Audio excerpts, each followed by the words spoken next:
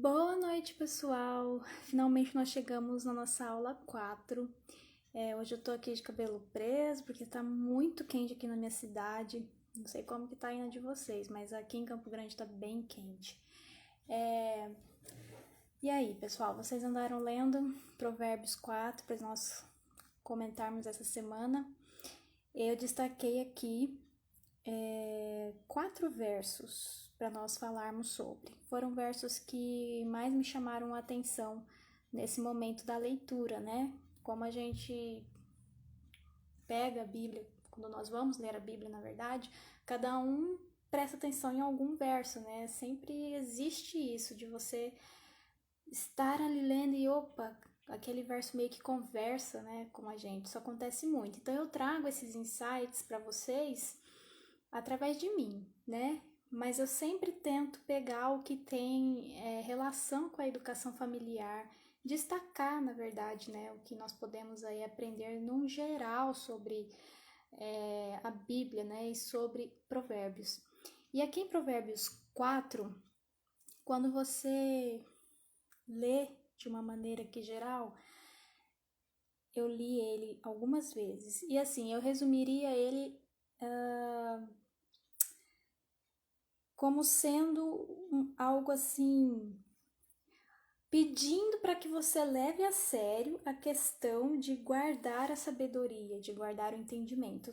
Quando eu li, eu entendi isso, porque é repetido em vários momentos aqui em Provérbios, né? Uma exortação paternal é o título aqui na minha Bíblia. Então ele fala muitas vezes sobre isso, sobre você não esquecer das palavras, você guardar no seu coração, e ele vai falando sobre isso, ouvir a instrução do pai. E é um provérbios que fica bem em cima, batendo bastante nessa tecla. E aí, lá no verso 13, nós lemos assim, na minha Bíblia, eu leio assim: retém a instrução e não alardes, guarda, porque ela é a tua vida. Então, mais uma vez, reiterando essa importância de você guardar a palavra, de você guardar a instrução que você está lendo. Porque muitas vezes nós lemos, mas nós não damos tanta importância como deveríamos. E então ele realmente fica o capítulo praticamente inteiro reforçando essa questão de você reter a instrução. O que é reter? Né? É você pegar aquilo e guardar para você. Né? Quando a gente tem alguma coisa de muito valor que é nosso, a gente guarda com muito carinho. Então, a questão aqui é justamente essa: é você pegar toda essa instrução, todo esse conhecimento que você tem e reter dentro de você, guardar, porque ela é a tua vida. Então, fica bem claro aqui, ela é a tua vida, não alargues. Você precisa disso, a instrução é a tua vida. E é muito interessante isso. E continuando a leitura, lá no verso 17, ele vai falando, né, sobre os perversos novamente. Vocês lembram que em Provérbios 3 nós comentamos sobre isso, né, sobre a perversidade, sobre o homem violento. E aqui nós vamos começar a ver em vários momentos essa palavra novamente, né, da perversidade. E aqui no verso 17 a gente vê: porque comem o pão da impiedade. Aqui ele está falando dos perversos, né? E bebem o vinho das violências. Então, novamente o perverso, né? Novamente entrando nessa questão da pessoa impiedosa, da pessoa que realmente não se atenta para a instrução, porque quando a gente sai lá do verso 13, onde ele fala de guardar as palavras porque ela é a tua vida, ele lá no verso 14, só para a gente contextualizar certinho, ele fala assim: não entres na vereda dos perversos, nem siga pelos caminhos dos maus. Evita esse caminho, não passe por ele. Ele vai falando aqui, né? Desvia dele, passa de largo, porque eles não dormem se não fizerem mal. Eles fogem o sono, foge o sono dessas pessoas perversas se elas não fizerem alguém tropeçar. Olha só, então ele fala assim: foge disso, passa longe desse caminho aí dos maus, né? Porque eles comem o pão da impiedade. E a gente chega no verso 17. Porque eles comem o pão da impiedade, bebem o vinho das violências. Então a pessoa perversa, ela é impiedosa.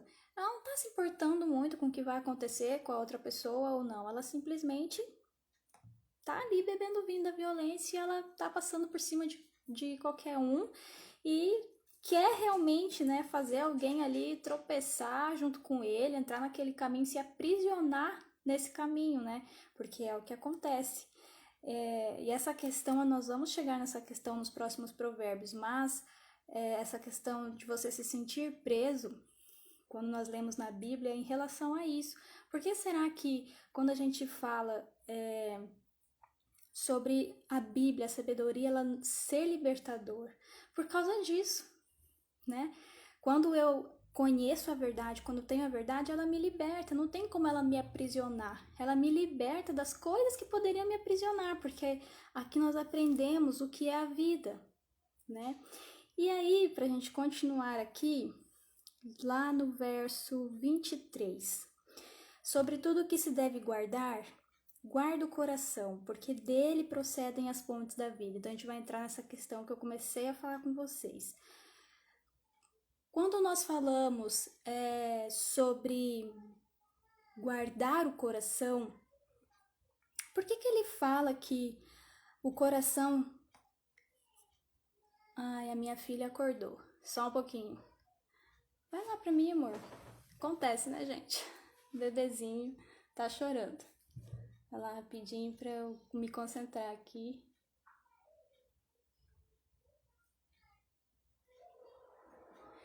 Pronto, ele foi lá pra mim. Vamos voltar lá então. Sobre tudo que se deve guardar, guarda o coração, porque dele procedem as fontes da vida.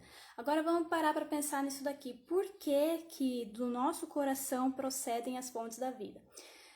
Quando a gente para pensar nessa questão, vamos falar dos sonhos, por exemplo. Quando a gente sonha, da onde que surge esse sonho? Ele começa no coração, né? Aqui também. Mas o coração parece que ele é movido pela emoção. Então a gente fica com aquela palpitação, aquela ansiedade. Então você sonha, você almeja alguma coisa e tudo parece que envolve a vida começa aqui dentro, né? Tudo que você pensa, que você fala, fica guardado aqui dentro. Então ele fala que as fontes da vida, elas procedem desse coração. Tudo que você tem que guardar, de tudo que você deve guardar, guarda o seu coração.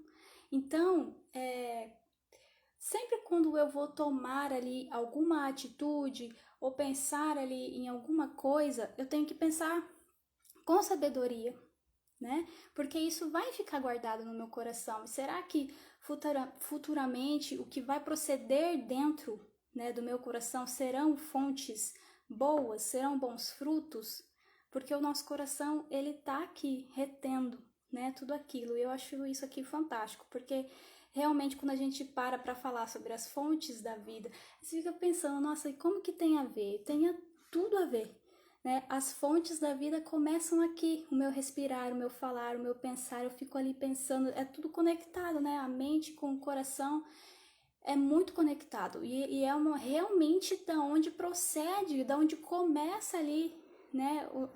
A introdução, parece, de tudo que você vai fazer, de tudo que você vai pensar, surge de algum lugar, né? Então, o que eu tenho visto, o que eu tenho ouvido, o que eu tenho estudado, o que eu tenho feito e que vai realmente permanecer aqui dentro de mim, exatamente as vias da alma. Oi, Nath, que prazer te ver aqui na nossa live. A Nath pode dizer melhor, né, nossa psicóloga, as vias da alma, exatamente. Tudo que a gente vê, que a gente ouve, isso fica guardado.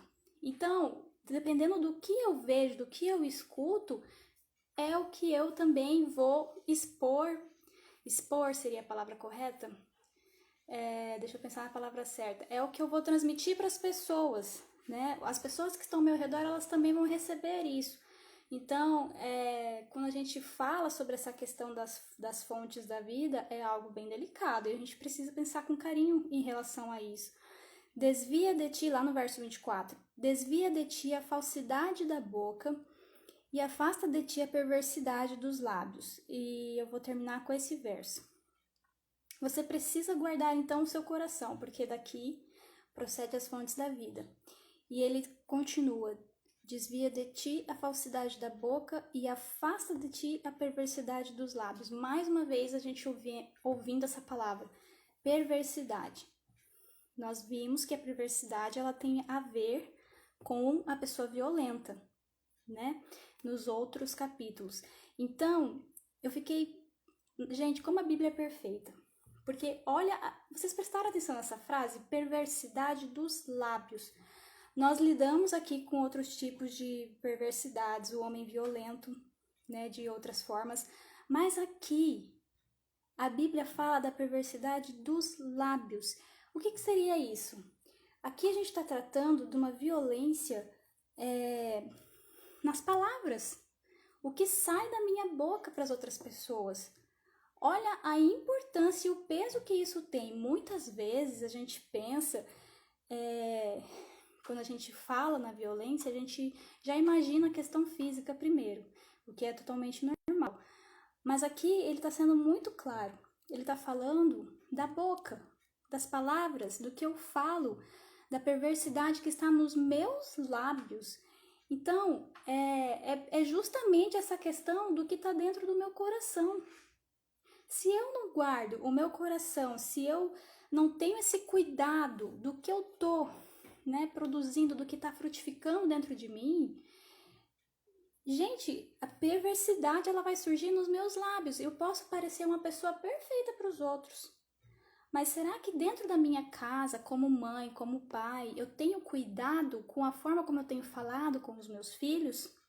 Porque isso é um ponto importante. E Provérbios a gente está falando sobre sabedoria, sobre conhecimento, sobre guardar o conhecimento, reter ele, porque isso é importante, isso é vida, como nós lemos lá no verso 13.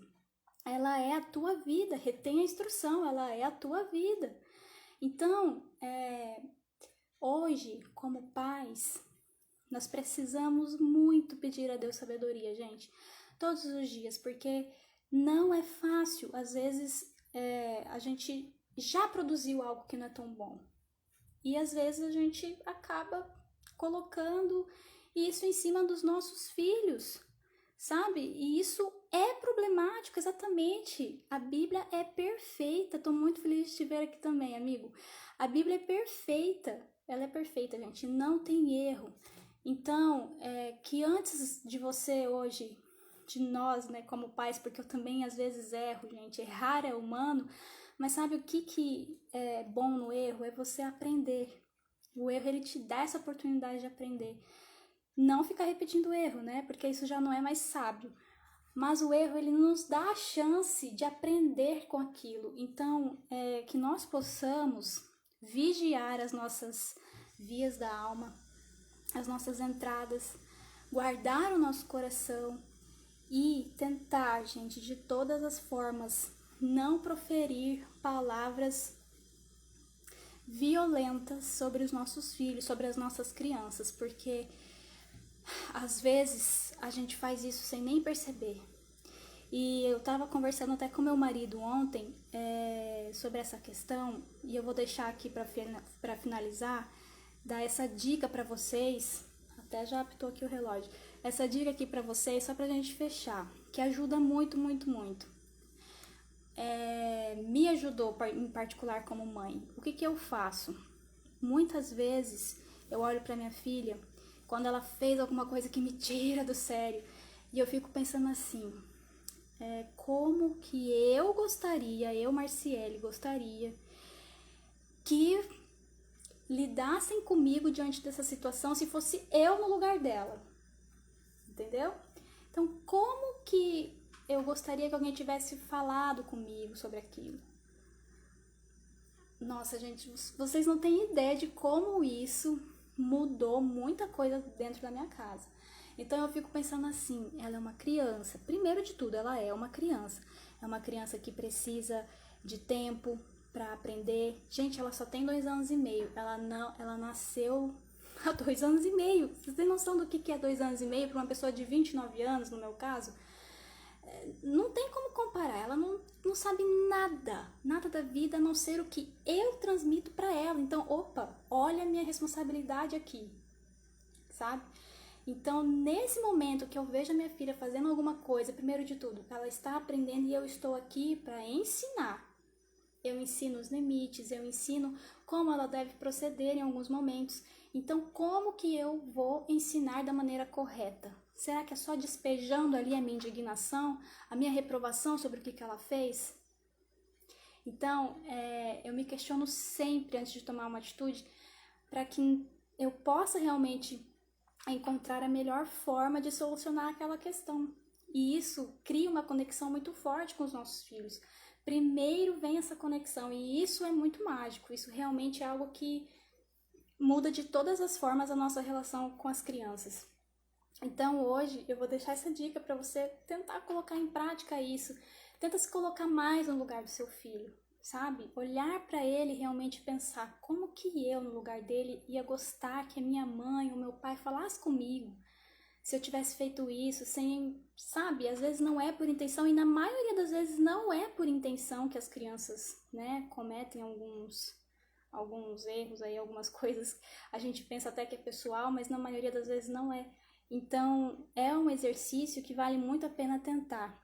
E um último exercício que você também pode tentar é você olhar para os seus filhos e tentar, sabe, deixa aquele brilho no olhar de novo. Às vezes a gente cai muito na rotina, né, de ter que cuidar das crianças e é cansativo e tudo aquilo, e você vai deixando passar. E esses dias eu parei e só olhei para minha filha e eu fiquei admirando ela, um serzinho tão pequeno que depende tanto de mim. E ela já tá aprendendo tanta coisa, ela conversa, ela tá com um vocabulário gigante, e você fica, caramba, que responsabilidade, Deus, eu tenho uma joia dentro da minha casa, sabe? E eu parei pra pensar na pequenina menininha tão fofinha que eu tenho na minha casa e a oportunidade que eu ainda tenho, porque ela ainda quer me abraçar, ela ainda quer ficar no meu colo. E lembrar disso, sabe? Lembrar esse primeiro amor, né? De quando eles são tão pequenininhos também faz muita diferença. Então, hoje eu espero realmente que essa mensagem toque muito no coração de vocês e que nós possamos pedir para Deus, porque só com Ele, gente, é possível nós passarmos por essas transformações pessoais, transformações realmente que são de dentro para fora. Nós precisamos da ajuda dele. Sem ele, isso não é possível. Eu agradeço de coração todos os amigos que estiveram conosco hoje, a Silvia, que saudade de vocês, muito feliz mesmo. Todas as quinta-feiras nós estamos aqui estudando a Bíblia, estudando Provérbios, nós vamos estudar Provérbios inteiro, gente. Então, não perca essa oportunidade, tem sido uma bênção. Eu já ouvi relatos de pessoas, porque o vídeo fica disponível e as pessoas assistem muito depois, né? Cada um tem o horário que pode assistir. Mas eu já tenho recebido relatos de pessoas que chorando, contando assim sobre as nossas aulas, e isso é o que me motiva a continuar, porque realmente às vezes a vontade é de desistir. E aí que a gente sabe que está no caminho certo. Então, meu único objetivo é realmente aprender junto com vocês e tentar cada dia transformar a vida de mais famílias. Semana que vem nós vamos estar aqui juntos estudando Provérbios 5. É um provérbios aí interessante pra gente estudar. Se você ler, você vai entender do que eu tô falando. Eu espero vocês semana que vem. Se Deus quiser, estaremos aqui juntos. Um abraço, um beijo enorme para todos vocês e que Deus abençoe a vida de vocês e da família de vocês, ok? Um beijão, pessoal!